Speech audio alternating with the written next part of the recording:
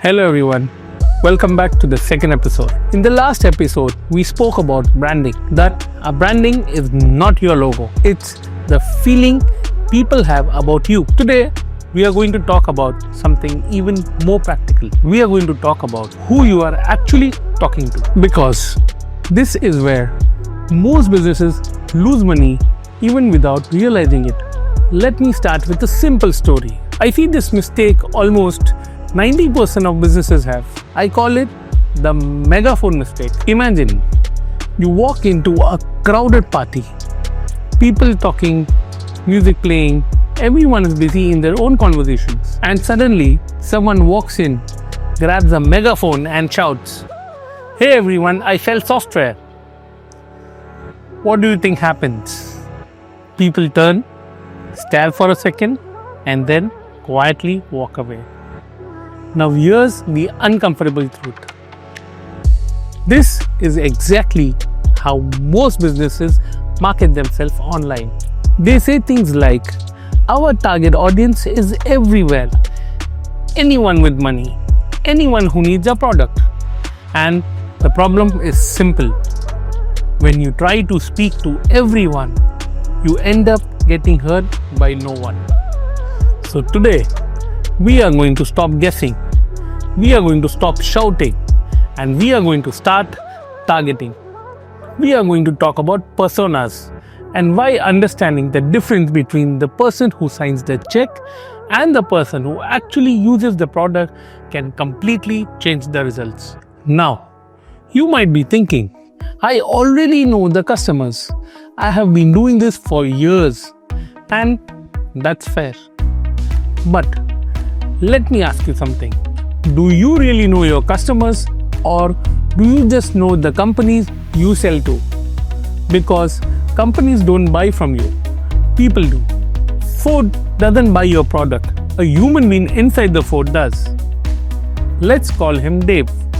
Dave has pressure, Dave has targets, Dave has meetings, deadlines, and a boss asking for answers. Dave is also scared of one thing, making the wrong decision. Because if Dave buys the wrong part, the wrong software, or the wrong service, he's the one who's gonna get blamed, not you. So when Dave receives a generic email that starts with "Dear Sir" or "Madam," he immediately feels like you don't understand him. You are ignoring his humanity, and this is why so many B2B marketers struggle to reach the right people. They target companies, not people. This is where discovery phase comes in. Before posting content, before running ads, before redesigning your website, you need to understand your audience deeply. Think of it like detective work. In most B2B businesses, there are usually three important people involved in buying decisions. The first, there's the executive. This person cares about ROI. They want to know, will this save money? Will this reduce risk? Or will this make the business stronger? Second, there's the manager.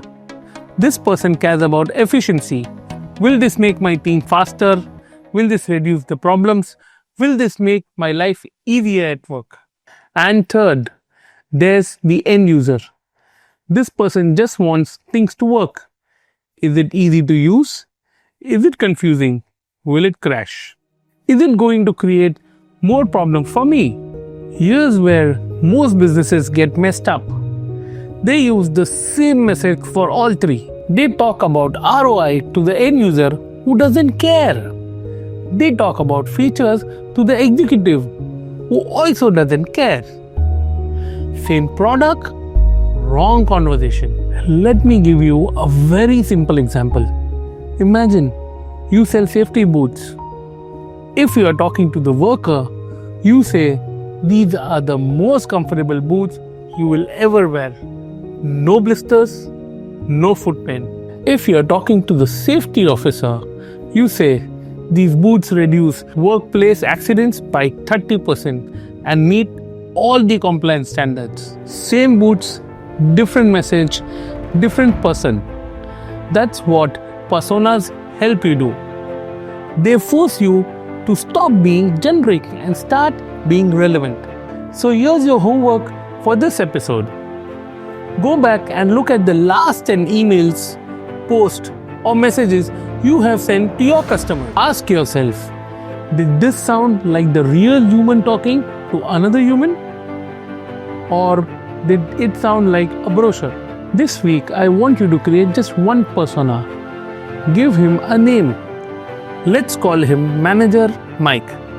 Write down what Mike is responsible for. Write down what frustrates him. Write down what keeps him awake at night.